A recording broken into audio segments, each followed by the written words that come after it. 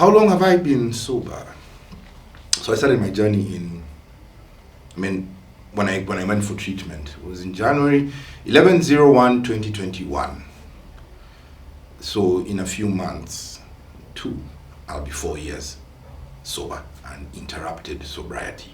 And on the journey, when you start your journey, they say you're recovering. You're a recovering alcoholic. And everybody has their own view on how that word works, recovering, and everybody's entitled to their opinion. Many, even after 20 years of sobriety, say they're still recovering. But I think it just basically keeps them humble, to obey particular principles of recovery, which is good. But for me, I believe I have recovered. Recovered means my way of life has totally transitioned 180 degrees. My way of thinking is purely one that is ordered by Christ. There are things that I will not do, I will not try to do or play around with, because that is what I used to do in my former life. And those are the things that make people relapse. And that's why I can say I've recovered, and God has granted me 4 years of uninterrupted sobriety. It must have been hard, 4 years. Was it hard? It's been hard at the beginning. It definitely is hard when especially after you've left rehab. Rehab is confinement.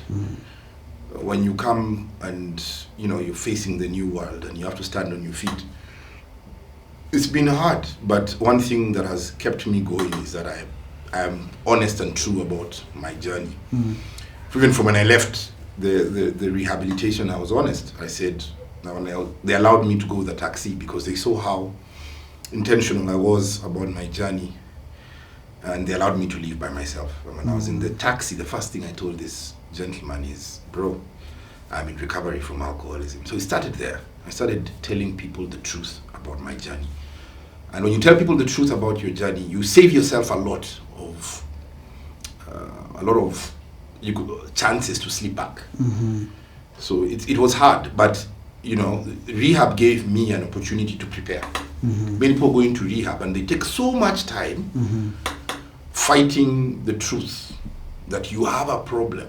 But if you go into rehab and you maximize on the 3 months you're there, or the 6, or even some go up to a year, it gives you time to set up new habits. So I had already set up habits that have kept me going through till this very day. The other day I did a video that said, content that said, average is toxic. So you need to live a life of daily fulfillment, spiritually, physically, intellectually, daily. You don't need to be average. When people are average, that's what society makes us. We tend to look for coping mechanisms, cheap excitement, cheap fulfillment. So in the journey of recovery, you have to be your best, because you've come from being your worst. There's no in between. Okay. Yeah. No gray area. What was your first encounter with alcohol like? Do you remember your first, the first sip, if you can remember, the one? I actually can. And I was young. I was probably 10 years old. Wow. We were at my uncle's house, and we used to gather as a community. And I remember I was given a sip of some strong white wine, very strong. I don't know how I got it. I've never forgotten it. I tasted it, and I was like, "This is strong." I remember it, and I was like, "What's this? What's the hype about this thing?" And obviously that was then. It never happened again. My parents didn't drink alcohol, but when I drank alcohol again is in high school, Form 1. And I was going for this thing with my friend, Floodlights Rugby. And when we went for it, I remember buying quarters of spirit. It was called Kenya cane then, and Safari cane. And I drank a lot of it.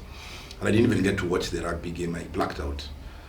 And that's what I remember of a proper incident, my first incident when I drank alcohol. Yeah. Now that's where your journey into alcoholism properly began. Not really. Okay. I mean, because I was in Form 1. I had it, like when I got home the following day, I experienced a hangover to some extent. I didn't know it was a hangover. And I was like, oh, I'm not drinking that thing again. We met up with some friends. There's a time in school I was in a day school at the beginning. And there's a time we contributed money and we bought a bottle and I drank. But it was that there was no environment to facilitate, because it needs consistent drinking. So that was the environment back then was not conducive. There was no, and then I also was in a family. My dad was very strict, so I didn't have the opportunity to be going out at night like some friends who I knew then who would go out frequently and they'd come to school the following day smelling of booze. I didn't have that. So And at what point did you realize that you were an addict? Hey bro, what point did I realize I'm an addict? Gosh. What situations or circumstances led to that point? So what basically happened is this. I mean, as I've mentioned, my upbringing was, my relationship with my dad was not as good. And I understand why he was the way he was as a man, because I'm a man now and I can see why he let some wounds get the best of him for a very long part of his life, and these things affected him health-wise later. But God is good, he calmed down later. He was a very intense, kissy man. He was known. And so I felt caged for a very long time, and I couldn't wait to get to 18 to have some level of freedom.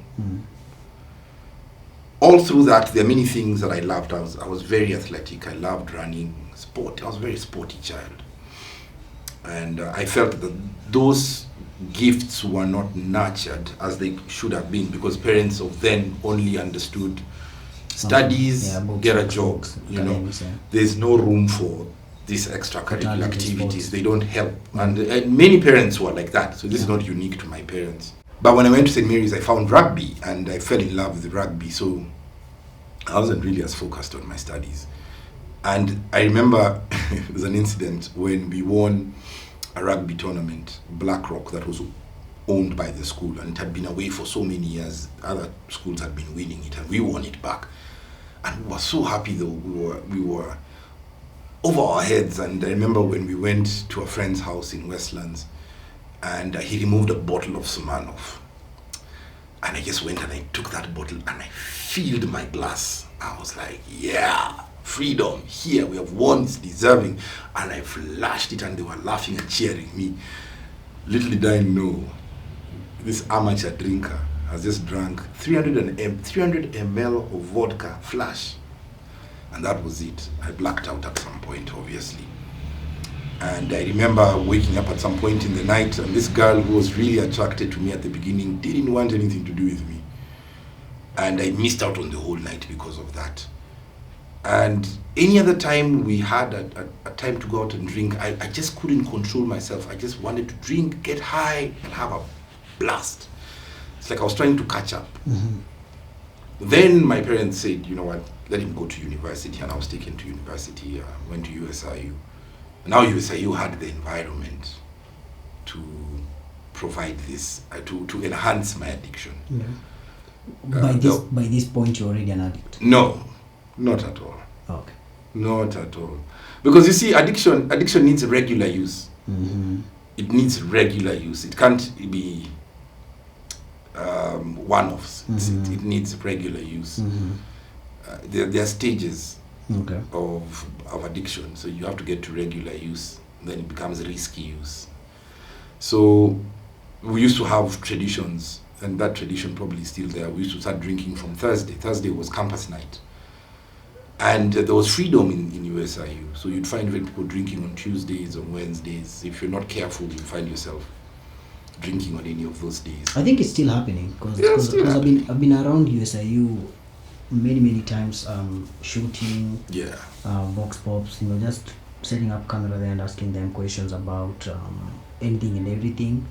And one thing that always stands out is that there's always, some too much. You just spot a group here, a clique there, one person, the other person, and most of them are driving. But you just see a bottle. You see them going to the local joints over there. They have local joints at USI. You're surprised. You don't expect that there, but I think it's still happening. Still happening. I mean, one of the things I hope my alma mater would do is because they normally have host people who are successful. Somebody is a managing director. Somebody has become somebody who has succeeded in the career ranks. They never bring people who can talk to them about addiction.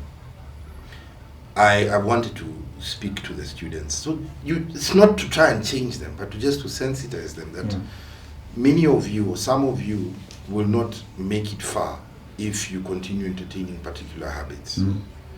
And I'm speaking from a point of somebody who has been there, And I'm hoping one day, even I hope maybe we can get a chance to share maybe this reel with them or this video so that more campuses can bring people to speak about choices and lived experiences.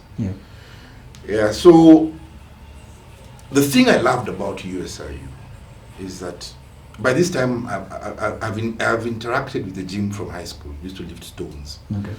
So I've fallen in love with that, and it's an alternative to rugby, so to say. And so USIU had a gym. So that's one of the things I was amazed. I was like, from day one, immediately we got there, the following day I was already at the gym lifting weights. So excited, And I can say that the gym really helped me even finish university, because a degree that should have taken me 3.5 years took me 6, all because of drinking. You not take the right amount. Of course, there's a time I had to defer because my grades were not good. Then I'd come back and be serious. And still, at this point, you're not an addict. I'm not yet an addict. Okay. I'm just a regular drinker. Yeah, I'm trying. I'm too in love with the environment, but the addiction is slowly brewing. But each time I would drink over and above. And I remember my friends used to really cheer me when I would drink, and I used to love it, man. I'd drink a whole glass. The conqueror is champion. Yeah, I'd flash, and get all this affirmation. Then obviously after that I would be the laugh of the school. People would laugh at me because I blacked out. There's a time I was even caught blacked out on the floor at a club which used to be called Sikiliza. It was in Village Market, and we used to go there for campus night. And I blacked out. I don't remember. But these were red flags that your body is reacting to alcohol. These were red flags, You don't know when to stop. Yeah. You just keep drinking. Yeah. So it became scary for me that each time I would try to drink, I tried to be cautious, but either way, the same result, I'd still black out. And people would tell me, you slept the whole night. I'd be like, why? I didn't drink that much. But I still had a thirst. So slowly, as I was getting closer to my 4th year, I was already in love, and I wanted to, it's like I was still in pursuit of this freedom. And by the time I was graduating from uni, I didn't want to go back home. So I did everything possible to stay next to university. And I did everything possible to keep a job.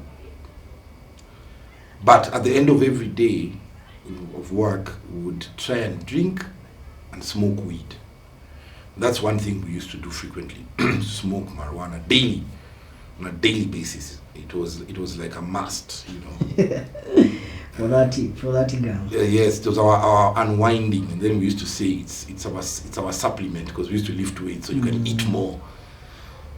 And so I never really got addicted to it, but it was part and parcel. Because weed gives you appetite. Yes, the munchies. So we used to say, let's go and smoke weed so we can eat, after gymming. So after I graduated, I barely did my internship well. I mean, I did a half of it. I'd go to work from Wednesday. I mean, that Wednesday when I'm going, I'm still not 100%. And I found that every day I still needed to have something, either a drink or weed. We can we can say that by this point, the addiction had developed. Okay. But it wasn't as severe. It could have still been managed. But I didn't know what I was getting into. So I ended up getting another job. And if I'm allowed to say those things here, the companies, is that okay? No, don't mention the company. Just say where they're located. So I got a job with an alcohol producing company. A major one. You found home. And so I remember they wanted to post me. That time there was this thing called Mutudo laws. So Mutudo was trying to reduce the amount of alcohol consumption in the country by cutting the hours. What was he in charge of? Was there an MD or something like that for? Was it Nakada? Or Nakada, yes. Yes, so he brought them to the law. So people needed to stop. Bars were being closed by around 9. So my work was to go to bars and make people buy spirit instead of beers. So when you buy spirit, we push for the sale of spirits. We were called trade developers. When you push the sale of spirit, people can carry their spirit home, okay, and continue having their drink there. Beer, you can't rush it. Yeah. But now I was traveling with stock of spirit in the back. Dude, you wake up, drink to snap you out of the hangover. Take a drink, flash, quarter, put it in the car, have an egg or something, go to the office, meet your boss. Your boss probably understands drinking, but is not seeing that, you have he drinks beers and meat at the end of the day. You're drinking as the day goes on. God is faithful, because there are times I was driving and it's God who took care of me. So by the end of the day, I've drunk about 4 quarters. 4. You black out. That's how many mLs? That's like almost a 50, liter. That's a liter. That's a liter. It's a liter. By the following day, you're hungover and you just feel, let me take another one, I'll be better. The body, this is chemicals. The body will at some point shut down. And I remember there are times I would drive back from Kirinyaga to Nairobi and I'd be speeding. And the owners of the car would tell me, dude, you're clocking high speeds. What's the issue? And I'm drunk, and I don't know I'm drunk. And as it may, I was moved from there and I was taken to Kisii. By the time I got to Kisii, I had tried fixing an old car at home so I can use it, because I really wanted to keep this job, but I was really drinking. Even when I was fixing this car, when I was fixing it with the fundis in downtown, we were drinking hard liquor every day. So by the time I got to Kisii, and I got to Kisii without the car first, just to show up, I already had some level of alcohol poisoning. I remember vomiting when I went to my room, and my body was literally rejecting any sort of alcohol, but I didn't understand that. I remember trying to drink a little bit. And by the time I came back for the car, I was told by my bosses, we can't keep you. And I remember one of my bosses at this company asking me, what are you drinking? Because I was reeking heavily. So after I lost this job, I went into hiding. I was so embarrassed about myself. By this time, most of your peers are doing well. And so now my addiction is fully blown. So every day I would hide and just smoke weed, have one meal, look for anything that I can cope with. I'd hang around with students who are still in university, try and go into their parties, and I've finished school. I don't have money, so I'm there, broke, and just trying to, cope with life. And so I ended up having to go back home. By this time, a new substance was introduced, Mogoka. So a friend of mine who used to chew told me, try this out. And Jabba, yeah, man. And I was like, this thing's actually dope. It makes you feel like an intellectual. It stimulates your brain. You just start spewing off knowledge. Yeah, and people used to really like my stories, And I used to feel like, this is it. But of course, Jabba steals your sleep, keeps your mind alert for very long. And I got a new job with another company that sells paint, and they liked me as an individual. Even the role I had applied for, they saw me not fit for it, and they said, this guy this guy can do well in sales, and they took me to sales and they'd fly me out of the country. Dude, I would drink beer. You know, I'd be given money, allowance, dollars. So every morning you wake up, you've come from the plane, immediately you landed, you are drinking beers. You go to the hotel, you send for beers. You're out at night. Tomorrow you're meeting your client, you're going, telling them, let's meet somewhere, beers. Dude, it became silly, even to the point at the time I asked a client to give me some cash because I was out of money to go to the airport. And this information reached my boss and he was very unhappy. So as it may, I kept that job for only 2 months, not even 3. Wait, they were already flying you out of the country at 2 months old in the job? From day after, because I was in exports. They wanted me to go and promote sales in East Africa. So I became so confident. That was a good job. It was a good job, man. And I remember the day I came home from the airport and I was drunk. I had drunk so many beers the whole day, drunk in the plane. I bought whiskey at the airport to give a friend's dad. And I remember my parents looking at me and they were just worried that we have organized this job for our son and look at him just drinking. My dad used to get really worried. And the following day I'm not showing up at work saying I'm sick, go get a letter.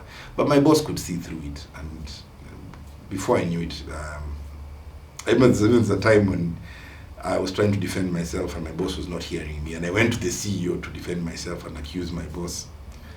And these Indians are a community. So they must have been like, this guy is very audacious, you know. And I lost that job. And when I lost that job now, I sank deeper into, I don't know if I was ever depressed, I don't know. But I went more into hiding. I went to stay with friends, just looking for anything that can give me some excitement and just to keep away from my parents, just to prove to myself that I'm independent. By this time I've lost so much weight. I'm less confident of myself. I'm avoiding people and I'm just chewing, smoking weed, and if I get a chance, I have a drink. So a drink was of course rare to come by. And this time I'm hanging around with people who are still in school. And I moved and I'm staying with them in Langata. And so I did this for some time. I was able to now get another job, but this one was more of freelance. It was sales. And I was to sell products and get commission, insurance. And I was actually doing okay in it. And that's when I met my wife. The particular day at Wines and Spirits, I was with my housemate. Now I was staying with somebody. And he had met this girl the previous night. And this girl was coming to see him. And she came with her friend, and who is my wife now. And when they came, the truth is she had seen me before. And she had noticed me. And so we were like, let's go and hang out at the house. And we went. And she didn't judge me, you know. She liked me as I was. And she even drank my cheap drink. Put for her with some soda. And she drank. Just a little bit, of course. And the following day, she came even after work to see me. Because she was working. Over the weekend, she'd come over. She'd spend the night. She'd clean the house. She'd cook for me. And in my heart, I said, you know what? I told my friend, I'll marry this woman. And as I said it, she's my wife now. At some point then we started staying together. I remember how this happened is because some of my friends who are younger than me made a nasty joke in front of girls when I'd come to the house, because I used to sleep in the sitting room. And I tried saying something and one of them responded and said, who the hell do you think you are, and you don't even put tokens in this house? I felt so bad, and I was like, this is how low I have stooped. And I told him, you'll never speak to me like that again. I know he didn't really mean it badly, but I think that's what I needed something like that to get me out. And I told my wife, it's either I go home or we start living together. This was also new for her, and we just started. You know, come on, come, we stay. But I don't know whether that was the right thing to do, but I do know this, is that she was the necessary support throughout my addiction. Herself, she didn't know, but I was addicted. Because she used to tell me, Daniel, you really like this thing. People drink, but they drink on weekends, and they drink, you drink, you know. So she would, when she came into my life, she brought food. You know, every day there'd be breakfast. You know, there'd be food. Things I would not buy because my addiction demands the money. And slowly she made me the man who I was becoming then. I was able to start paying bills. I was able to go to work. You know, she'd tell me, go to work. Tomorrow is this. I became a bit more responsible. And a few months down the line, she was expectant with our firstborn. So we had to move. And before even we moved, I remember there was a day we were meant to go out. And my cousin who passed on, we used to drink a lot together in university. It's called Josh. We used to drink a lot together. We used to gym together with Josh. We were really tight. But Josh also really used to love the life of the party. He used to love alcohol. He used to love girls. And there's a day he came over to the house and he came with a bottle and we were drinking. And I told him, I've had enough of this vodka because I was feeling a particular pain in my abdominals. I told him, let's go out and have a beer and watch rugby. And I mean, that beer was, I was feeling like my body was rejecting it. And I went and I joined some friends later. And when I ordered for one beer, I couldn't finish it. That day my wife was coming so we can go out. It was a Friday like today. And when I went home, I blacked out. Only to wake up and find myself in hospital. So that's the first incident I had of hospitalization. And I woke up with a drip. They put a drip because my body had shut down. So when I was asking myself, how did I get here? You know, confusion.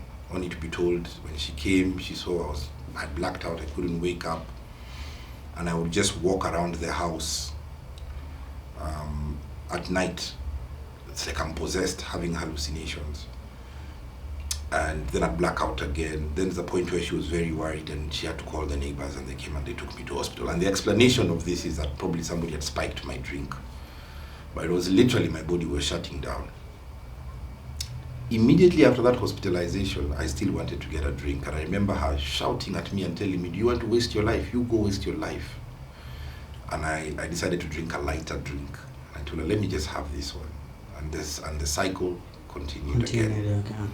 So the following day... So that was like your first attempt at trying to get out of addiction? Let's say. Like it was... I didn't, you know, by this time I didn't even know whether I was addicted or not. Okay. But you are addicted. I was addicted. Just didn't I was addicted. Because the thing about it is that it's a vicious cycle. The following day, you want another drink. The common Kutoa lock. Yeah. I remember one bike guy telling me, I've never forgotten his statement. He told me, Kutoa lock ni Kuweka Padlock. And there are days I'd start my day with drinking a quarter of vodka, you know, and by 11 o'clock it's done, and you need another one. And by the time night is reaching, it's like you're spaced out. I remember seeing my wife. I remember waking up at night. I think I vomited. Then I wake up, she's not there. When I call her, she tells me what I did at night. She was scared. You know, it's like you're stuck in a stupor. Stupors were very common and very scary because I didn't know how to get out. So how I used to get out is I used to use a stimulant. Now I used to go and chew. Mm-hmm. So when I would chew, the chewing would make me more thirsty. I would drink a lot of water, and then it's a laxative. It's got laxative components. So it would make me release all the filth that comes with it, with the hangover. Yeah. So it used to help me to some extent, though it was another prison on its own. So after that hospital incident, I remember we moved. That was just the first. There were like 3 more. So at this point, now symptoms of, okay, should we call them symptoms or indicators of addiction have started to become more and more clearer? Yeah. You know, like the dependency, the sleep disorders that you're having and everything. You're already married. You have a child. Your first child. Our firstborn came. We were not officially married, but we were together. You're together. Yeah. You are a family, basically. Yes. Okay. So, I'd like to know, did you know, having, cause your wife was very, very supportive, and then now came a child. Didn't this in any way kind of like shock you into, I need to start getting things in order, I need to start providing, I need to focus more on, you know, getting a job or developing a skill, or, you know, wasn't it not like an alarm that went off that was like, you're on the wrong tangent and you need to start coming back? Yeah, of course, there are days I would reflect and think, now that I have a child, I have a family, I have responsibilities, I have to provide food, I have to provide shelter, and my inconsistency in what I did, of course, created financial strains, financial lack. Yeah. And for many years, there are times the house would be closed and I'd have to go back to my parents with my wife and my child. And obviously, what everybody would say is that, Daniel, it's the alcohol. But I would disagree, because there's this, you see everybody else can drink and you wonder why not you. So I fought that notion for very long. And even when I'd gotten my firstborn son, I was admitted again. It was a day we took him for clinic, and the whole day I was drinking spirits. And by this time, you know, there are also counterfeit spirits in the market. Yeah. So I was drinking a lot of spirit, and I would drink spirit like soda. Then I'd drink a sip. So in like 5 sips, a quarter is done. And that would take you an hour. So you lie to yourself, you're fine, and you buy a soda. In the next, after 1 hour, you buy another quarter. And you tell yourself, I'll drink it slower. The only thing that will make that quarter not end is if I black out. But if I'm still awake, it'll end. Then I'll go for another quarter. So by the time we were coming back home, I was on my 4th quarter again. Another liter. And this has been going on for some time. Remember, the only time I was functional is when I was chewing consistently. Yeah. Because the alcohol and the Khat, they don't go hand in hand. So the Khat would reduce the alcohol. But immediately I leave the Khat for a bit, the alcohol dominates. I remember the time I called Khat the referee. I used to say, when it's in the ring, it tells everything else to slow down, you know. But of course, Khat came with its thing. When I would chew, I'd smoke. I've never really smoked. I'd smoke cigarettes. And by this time, every day I'm smoking marijuana. I'm still doing that. Because marijuana used to give me the high, you know, that I was searching for, that I once had at the beginning of my journey. Now, over to your question, yes, there are many times, like when that night when we got home, my wife saw the same thing she had seen in that other house, and she was worried. So she came with the watchman, and they had to take me into a taxi, and I think they had lied to me by going to a bar, and I agreed. And I don't remember any of these, and they took me to a hospital in Gong. And I remember my wife was carrying our firstborn, who was a few months then. So she couldn't stay there because it was cold, so she had to leave me, and my sisters had been called to come. And by the time my sisters came to the hospital, I wasn't there. So they asked, where is he? They said we had to take him to Kenyatta because the way I was responding was scary. I was hallucinating, I was choking, I was just doing... You were already hallucinating and choking? And choking and shouting. Before they brought you to hospital?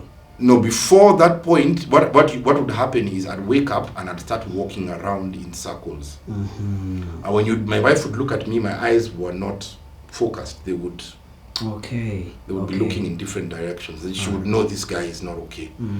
That's what she used to see. When she'd see me wake up and walking, it's like you're possessed. And you know, there's some truth about this. It's like an evil entity. They're called spirits. Yes, spirits. Come into spirits. You. Yes, comes into you. At this point, you're void. You're too saturated with liquor. Because liquor does something to the body, and I think it also does something spiritually. So they took me to Kenyatta. I woke up in Kenyatta, bro. I'm waking up, and you don't remember you were last with your wife drinking. You're waking up and you're finding bodies. I was finding people wounded. Somebody else is in pain. His scalp is fractured. You know, I thought I was in hell. Because I remember waking up and I screamed, I yelled, Chucky! I was calling my wife. I couldn't believe, where am I? Then I'm seeing these doctors looking at me. I don't know if they were doctors, and they laughed. So I want to get out. Then they came and they restrained me, and they injected me something to calm me down. And the next thing I was waking up, but the story I heard is that this lady didn't leave me, the one who brought me. Possibly because she looked at me and thought this guy is from a place of money. But what mattered is she stayed.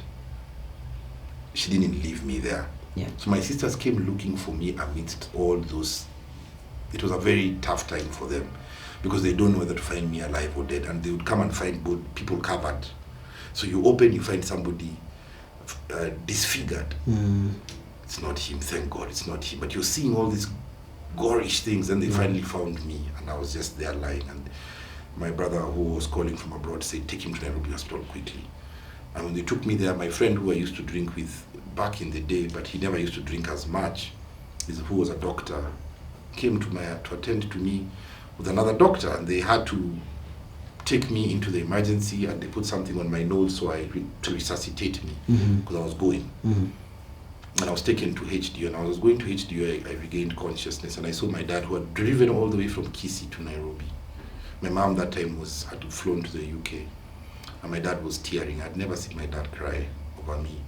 I knew he had a soft side, but I had not seen it, and he was just telling me, relax, just relax. But I think in his heart he was happy that I'm still alive. And the doctor came to me and asked me, and he looked at my report and he said, Daniel, why did you drink so much? What do you do? I told him I sell insurance, and he asked me, did you get a bonus? Why did you drink so much? Obviously he did. Just to be clear, yeah, you drank yourself close to the point of death. Yes. It's and this not, was there's nothing that happened in between. You didn't, fall down, knock your head against anything. Alcohol. It was just purely alcohol, substance, chewing. Your body. Was it a mixture of? It was a mixture, but mostly the alcohol. Alcohol was the dominant one. Mostly. Your body, your liver can cause. There can be an alarm in your body, and it causes to shut down. There's too much. Okay. More than liters of spirit. It's over 40%. Yeah, liters per day. Then you find, there's a point your body fights, and then I think it's like it calls itself to a meeting. Okay, shut down. We need to shut this guy down. There's something wrong here, and we need to reboot. So when he asked me that, and he told me, please be careful. Don't drink yourself to death. I remember that night at hospital, I was people who were literally dying, and I could hear the ICU machines, and I was in HDU. I couldn't sleep because each time I was trying to sleep, I felt like I was going. You are afraid that you I'll will die. I literally feel like I'm going, like I won't wake up, like I'm leaving for real. In the morning, is when I caught sleep. When the sun came out, is when I slept a bit. And my mom, my aunt, my cousins came to see me, and they were like, one of my cousins told me, Daniel, please just reduce on this. Stop. This thing is not good. And I thank God at that point I had insurance cover that paid the bill. And my friend asked me a question. Daniel, if you died, what legacy would you have left for your firstborn son? My dad is an alcoholic. And I thought about that. And I remember even after leaving hospital, I went back to chewing. That same day. Jabambaya. I went to chew because I was like, Daniel, your resolution is to chew only. Not to drink. There's a saying in AA, you say half measures avail us nothing. Yeah, you have to make small compromises. Yes, let me just chew only. But one thing is that in hospital, my spirituality grew because I had time with God. And I could see that he loved me and he was taking care of me even through that hospital encounter. So even when I left, I went back to chewing, and I was very spiritual. I used to pray and I used to just ask God to help me because I felt like this thing had so much muscle over me. And of course, when I'd chew, then I'd say, let me just have one beer.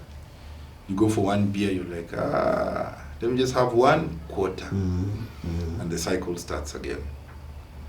And my wife couldn't believe it, but she was like, what do you do? I was very convincing. I'd say, just this. I remember even calling my doctor friend once and telling him, I'm only going to drink beers. And he was like, what? I told him, yeah, that's the problem. Spirits is the problem. I'm only going to drink Guinness. And the cycle went on. There are many things alcohol has stolen from me. I tried looking for work, and you cannot work well because every day you're looking forward to go and have substance. You're struggling from a hangover, so you're looking forward to the end of the day. When the end of the day arrives, you want to go chew. You want to chew quickly, then you want to smoke weed, and then you want to have some beers. You're trying to balance it. And then you're feeling unajazilia tu. Yes, you're trying to, sustain that addiction. Then you sleep, you wake up, the alarm rings, you can't believe it, it's another day of work. You get into your friend's car, you sleep all the way to work. You get to work, you're tired. The days I used to go sleep upstairs on the staircase because I was sleepy. And I come back to work looking forward, then I try not to chew, just have a drink and weed. But it was substance after substance, and of course your productivity is influenced, and there are many jobs that I couldn't keep. I remember there's a job even I lost on day one. This Indian company that sold furniture, and they hired me, and I was so excited because I had arrears in rent, and on day one, when I reported to work the previous day, I chewed a little bit and drank only 1 quarter. But I was still so tired. And I remember them telling me to sit in the office, and me, I thought they would, what I believed they would do is allow me to go into the field to look for clients. But literally, I wouldn't have done that, and I've gone to chew. And so after lunch, I was seated and I slept. When I woke up, the CEO was right in my face. Oh my goodness. And told me, we have hired you to sleep. I've been watching you. Come up to the office. And when I went up to the office, I tried defending myself, and they told me, leave, go. And I had been connected by a friend who was working there to get that job. And he called me and he told me, Dan, why are you messing up? And he told me, Dan, I only chew over the weekend. Why are you chewing over the weekdays? You were hungover. That's what I've been told. Even when you came to the office, there was a bit of alcohol drink. But the lady who was the manager... there was that order. Yes, it was there. Because it's a and that's the unfortunate thing about alcohol. It's that you'll drink it before you go to bed, but in the morning... It'll be there. The smell is still there. No matter how many Tic Tacs or mints you eat, it's from the stomach. Tell. Yeah, it just comes. You'll burp or you just talk, and someone will tell that. Will tell. So the following day, I remember I told my wife what happened, and I was trying to explain myself. And as we were going home, I remember getting home. Even on the way, we were using a matatu. I bought myself a half. Canuso. 375 ml. And I was drinking it. Got to the house. I don't think I added any more. I think maybe I added a quarter. Then I said I'll go the following day and defend myself. I woke up a bit late, drank a glass of juice, showered, put on my clothes, went to that office. When I got to the office, the ladies at the reception just told me, you want to go see the bosses smelling like that? And I knew there's a problem here. And I went and I tried to eat something, but they advised me not to. And I even remember speaking to that manager who had hired me. And I remember her moving. This is the same place where you've been fired by the CEO who found this. Yes, I'd gone to try and keep my job. Yeah. I remember her moving aside because she could smell the alcohol. And she told me, there's nothing I can do for you, Daniel. And I lost that job like that. And this was day one. And you had the previous job that you had was the one where you were selling insurance. You had also gotten fired from that. Now that one I left because it was not really employment like as such. It was contract. It's what you're saying, it was kind of freelance. Freelance, okay. yeah. Okay. Because I needed a job that can. Because now I needed a job that can pay a salary so I can take care of my family. Okay. So even after I lost that job, it was so unbelievable. I went through hardships. My friend, I'm telling you, there are days I used to look at this grill I used to have at the corner of the house where I used to stay. At the balcony, there was a corner where I used to go and smoke weed and drink my quarter there. It used to get filled up by the weekend bottles. Bottles of whiskey, quarters. Those are many bottles. And I used to be like, check me. And if you take pride and take photos of it, and I'd be like, it's nonsense. But I was struggling. Any place, rent, times the house is closed, go back to my mom. So it was really tough. It was a tough time. There are days me and my wife would fight at home, I would be in stupors. I couldn't, a stupor means you're locked. Like when you wake up, you're hardwired to want to just get a drink, nothing else.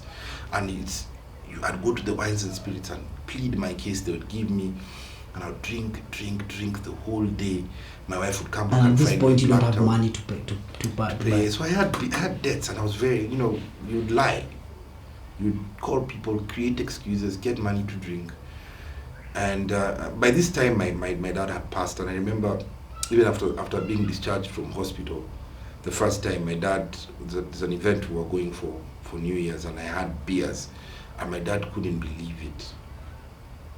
When he saw me with beer and he had seen me, he told me, Daniel, you didn't see yourself. We saw you, and you're still drinking. And I was justifying myself, and I was angry. Why is he telling me not to drink? Why is he talking to my wife about me drinking? And I walked off angry. And people are telling you the truth, that you're going mad. Yeah. Just from hospital. You can't be drinking beer. And you're defensive. That's one thing about alcoholics. You become very defensive. And I really wonder how anybody can say anything, how else they could possibly say it. And my dad could only just call me and tell me, come pick your family and go home. So I'd come pick them up. But I remember before he passed on, he told me one thing. The day he texted me and he told me, my son, I hope you have an encounter with God. And even before he passed on, then there's a day I came to see him from work. After seeing him, my craving is eating me. It's not a habit, it's a craving. You've been craving the whole day to go chew. So I saw him, and then I rushed to go chew. With the normal den where I used to go chew in a particular bar. Then the following day I was meant to come see him. And he called me and he asked me, are you passing by the hospital? And I told him, no, I'll come tomorrow. And that night... He was in hospital? He was in hospital, yeah. Then that night he was discharged and he went home. Then that night, him and my mom were rushing to hospital. He actually drove to hospital with a heart attack. It's just God who got them there. And when he got to hospital, he passed on. He was the one driving? Yeah. He passed on. And when I heard that news, I cried. I remember crying the following day in my bed. I really cried, and I understood why people cry in funerals. Many people have mixed emotions. Some people it's about regret. Like I was like, I'd have gone to see my dad that day. But I went to chew. Now I didn't see him the last time. He wanted to see me and he called me, I remember that call. And so after we put him to rest, it was a very interesting burial. But after we put him to rest, the incidences when I would have panic attacks at night, and I've not really drunk much. And I remember my brother prayed over me. I would get peace. It was just very interesting. I'd have a panic attack. I'd be worried that I'm getting sick and I need to be admitted again in hospital. I'm paranoid about my life. Am I going to hospital just because I drank 2 light drinks? And my brother just prayed and I had peace and I slept. So this thing is truly spiritual. And there are other incidences that happened later on, even after I got my second born son. There was a day my phone was not working. And I took it to Safaricom to be fixed because all the fundies where I lived couldn't fix it. When I took it to Safaricom and they fixed it, it asked for an emergency number. And I tried to override that. I'm like, I don't need an emergency number, but it refused, and I put my wife's number there. A week later, at home, obviously hungover, sort of depressed. The worst thing, the thing I used to hate is that you have alcohol, you can't drink it because you're feeling sick, and you also have a withdrawal. So you need it, and you can't. But you can't have it. So you're in between. Yeah. You're in pain, the body wants it, the brain wants it, and then the time the organs down here are complaining. So you find a way to sip it slowly, maybe with water, so you can reduce the withdrawal. Okay. And then I would try and chew. So the day I was feeling so bad and low in my house, and I called my in-law, who was my in-law then, and he also passed from alcoholism. And I told him he had money, and I asked him, I need space, can I come with chill? So I came to his house in Rongai, and he bought whiskey and he bought food, and we went to his house and we drank. Now the following day I was taking my son for clinic. This was still my firstborn son for clinic. And I drank. I remember asking for Guinness because I was feeling the same abdominal pains I had felt before. And I drank Guinness and I blacked out. I woke up early, semi-conscious, and I started heading home. Apparently I vomited in the matatu and they were not happy with me. I remember I had 1,000 shillings in my pocket. And when I got to Kiserian and I was alighted there, I don't remember all of this. I started walking across the road, having those same sort of hallucinations, whatever that was. And there were policemen around and they didn't do anything. And some men saw me. I was given this story. And some men came to steal from me and they wanted to take me into a particular route, Panya route, Chuom, yes, to steal from me. And when they were doing this, there were taximen watching and they came and they rescued me. And when they put me in the car, they noticed this guy is not okay. He is not okay. And when they looked inside my phone, they couldn't unlock my phone, but what did they find? Because I woke up in hospital and when I saw my wife next to me and I was crying because I was like, I'm in hospital again. And I asked my wife, how did you find me? And she told me, this taxi man called me. They found my number on your phone. And immediately I knew that was God. I was like, God, you were ahead of me like that. He knew this child of mine is going to go through this. And if he goes through it, I have him covered. And I remember being in hospital and I would praise God for what he did for me. There's this song by Masi Masika, Umenitenda Mema, Nasiwezi, that you know that song, yes. Yeah? And I remember that song, when I hear it, it reminds me of that time I was in hospital, that season, and I remember praising God and just saying, God, you have a plan for me. You're going to help me from this thing. But you know, the thing is addiction is addiction.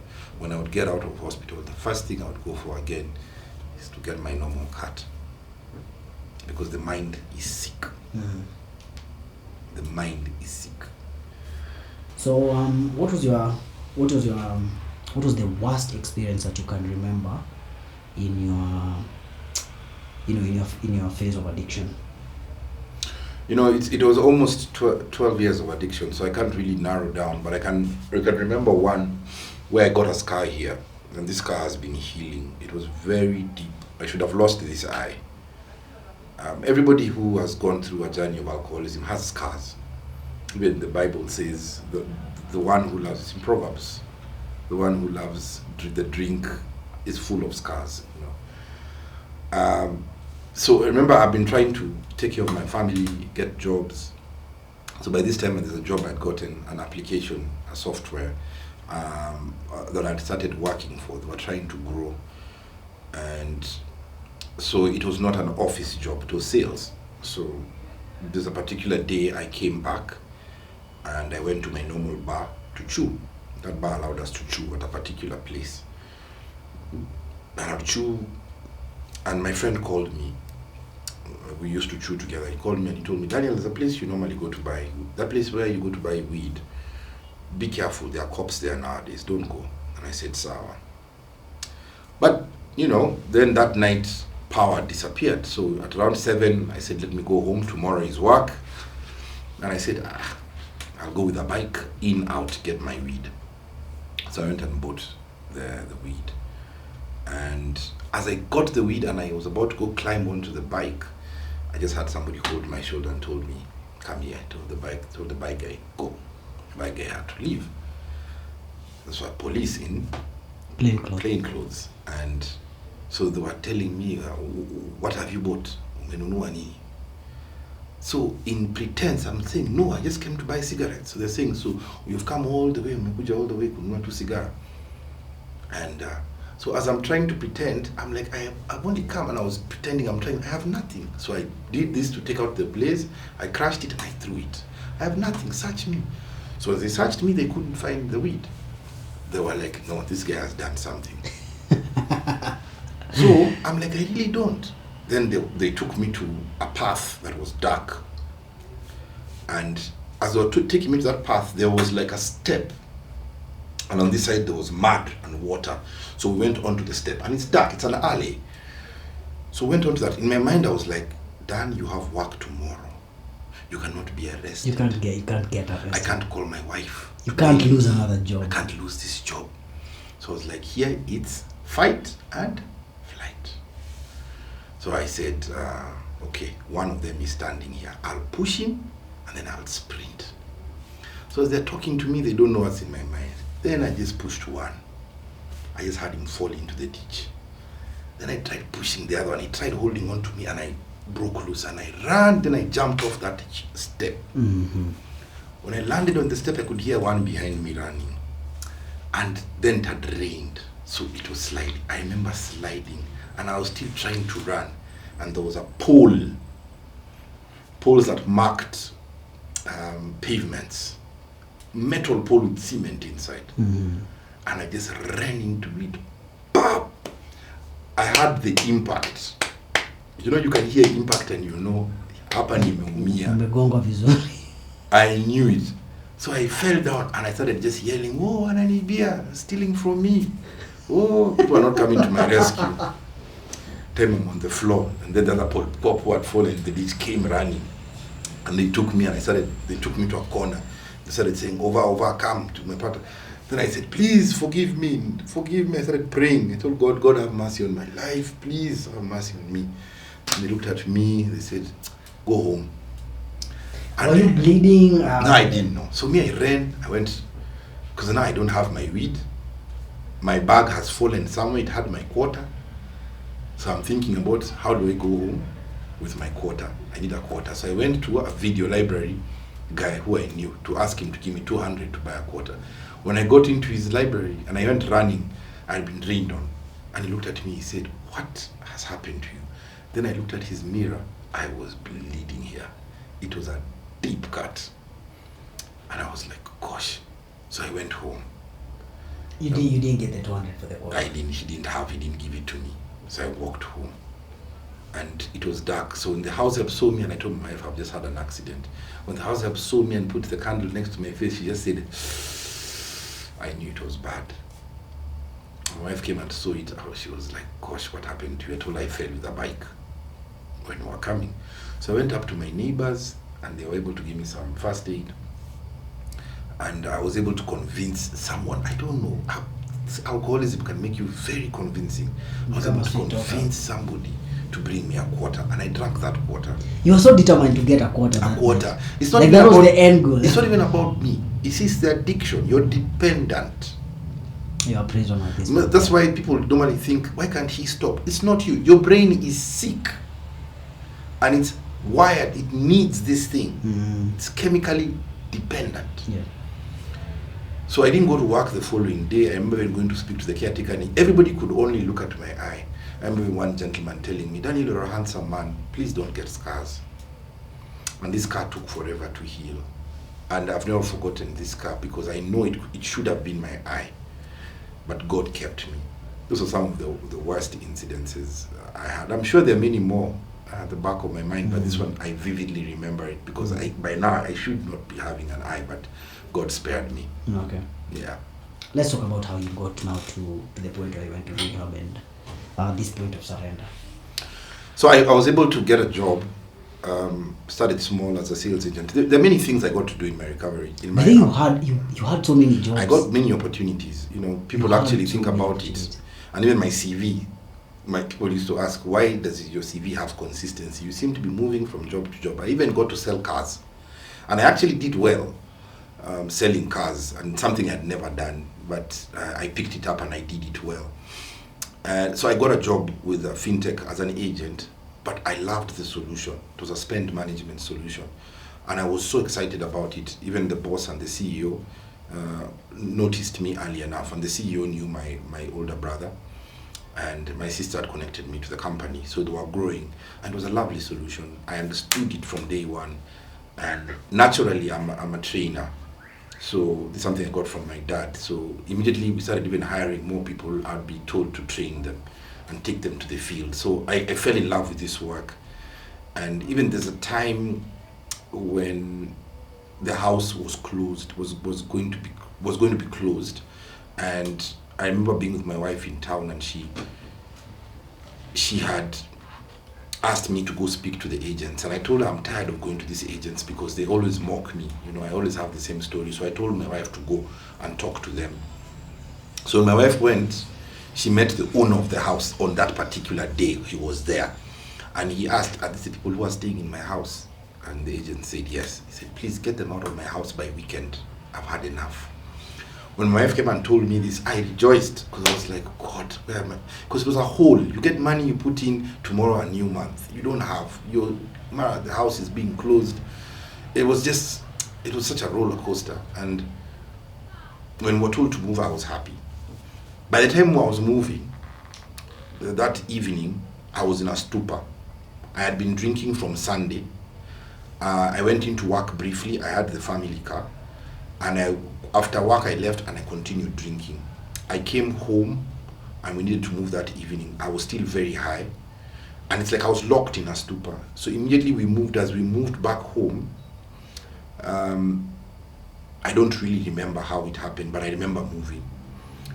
At home, when I woke up the following day, I was just stuck in that stupor, every day going to drink. So I missed work for a week. And I went and I got a report from the doctor to try and say I was unwell, but the doctor knew it was alcoholism. So when I went back to work, my boss told me, the only reason I'm not letting this go to the CEO is because I know you have children and I know you need the money. Let this never happen again. And I kept it under wraps, and I hid the addiction to the best of my ability by consistently chewing every day, trying to balance the drink. But 2 years later, I had become even head of sales. I'd gotten a management position. The company loved me because of the work I did. And I had started doing voiceovers for them. Remember, all along, I had been trying to do voiceovers, but it never really worked. And I started doing some voiceovers for them, making tutorials, which were doing well, and which are still available. So,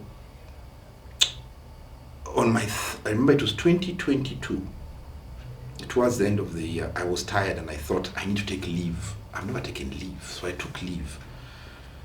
And my boss had asked me to come back to work because the sales team needed to go and they needed to be supervised. We had just gotten what was it called? A bar association had just decided to use our solution to be able to manage their loans. So people would get loans, and then as long as you have our app, you're able to track your spending. So that was the deal. You have our app, then you're given the loan. So the loan is disbursed to us. So I was meant to supervise that. And I actually thank God I didn't make it for that work, because I'd have drunk over there. Now I had gotten into a stupor. And by this time, my brother and his family had come to the country. And I was meant to report to work the following day. I had gone to hospital. My brother had taken me to hospital a day before to get an injection. Now all they used to do is take me for an injection and I'd go back home. What were these injections for? It would just to be reduced. I don't know what they would do, but it would just be a drip, and then to help you in your stupor. Yes, okay. I think it was water and something to reduce, because the same things would happen. My brother would see them. So the day for going to work, I didn't go. My wife told me, go to work, and I refused. And then I woke up and I felt guilty because I texted my boss at night, I can't make it. And my boss knew this was alcohol. So he had to go on my behalf. So when I woke up, I even called my colleagues. I asked them, how is the boss? He was like, hey, he's not happy with you. So I finally spoke to him and he told me, Daniel, if you want us to give you permission to go drink, we'll give you permission to go drink. Stop lying to me, your child was sick. Your child was not sick. He told me, I'll talk to you later. And I was nervous. I was like, this job I have kept this long. We have had consistency with rent. My child has just started school. My second born is about to start school. Oh Lord, this December may it not be a bad one. And I went to chew. My sister called me in the evening. When I spoke to her, she told me, Daniel, you don't have your job. Just know that if I was you, when you get your salary, pay for rehab. I think it might help you. And I was worried. I remember speaking to one of my spiritual dads, and I told him, do you think I need rehab? And he told me, no, you don't, you're fine. But you see, him, he's not privy to what is happening in the background. So the following day, he told me to come to the office, my boss, and when I went to see him, he sat down, and he asked me the same question he had asked me 2 years before. Daniel, do you have a problem with alcohol? And this time I accepted. Told him yes. Told me, I'm glad you know that. And as a friend, I would tell you to go get help. But as a boss, as a director, we have to let you go. My heart sank. He told me, but if you go get help, and there's evidence of 3 months of help, we may consider taking you back. And I clung to that. I remember as I went to get my letter of dismissal, my summary letter, he told me again, take what I've told you positively. The CEO was seated there, and the CEO was very fond of me. And I could tell he didn't want to talk much. And he felt bad because the CEO used to see a lot of potential in me. I used to speak on behalf of the company, representing the product very well.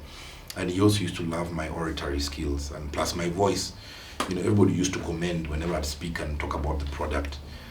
And he felt bad, and he wasn't sure whether I'd be able. None of them were sure I'd make the right decision. And as I walked to the road, I never forget that road, that walk, and I was going to chew. But as I was walking, I was asking God, why have you given me such a heavy load? Why? Then in my heart, when I was looking down, I felt a strength from nowhere that lifted my head up and told me, do what you have been told to do. I've never forgotten that feeling. I felt some courage from nowhere. Danny, go to rehab. And as I went to chew, I waited for my wife. My wife already by now knew this guy is not keeping his job. And when she came, I told her, babe, let me go to rehab.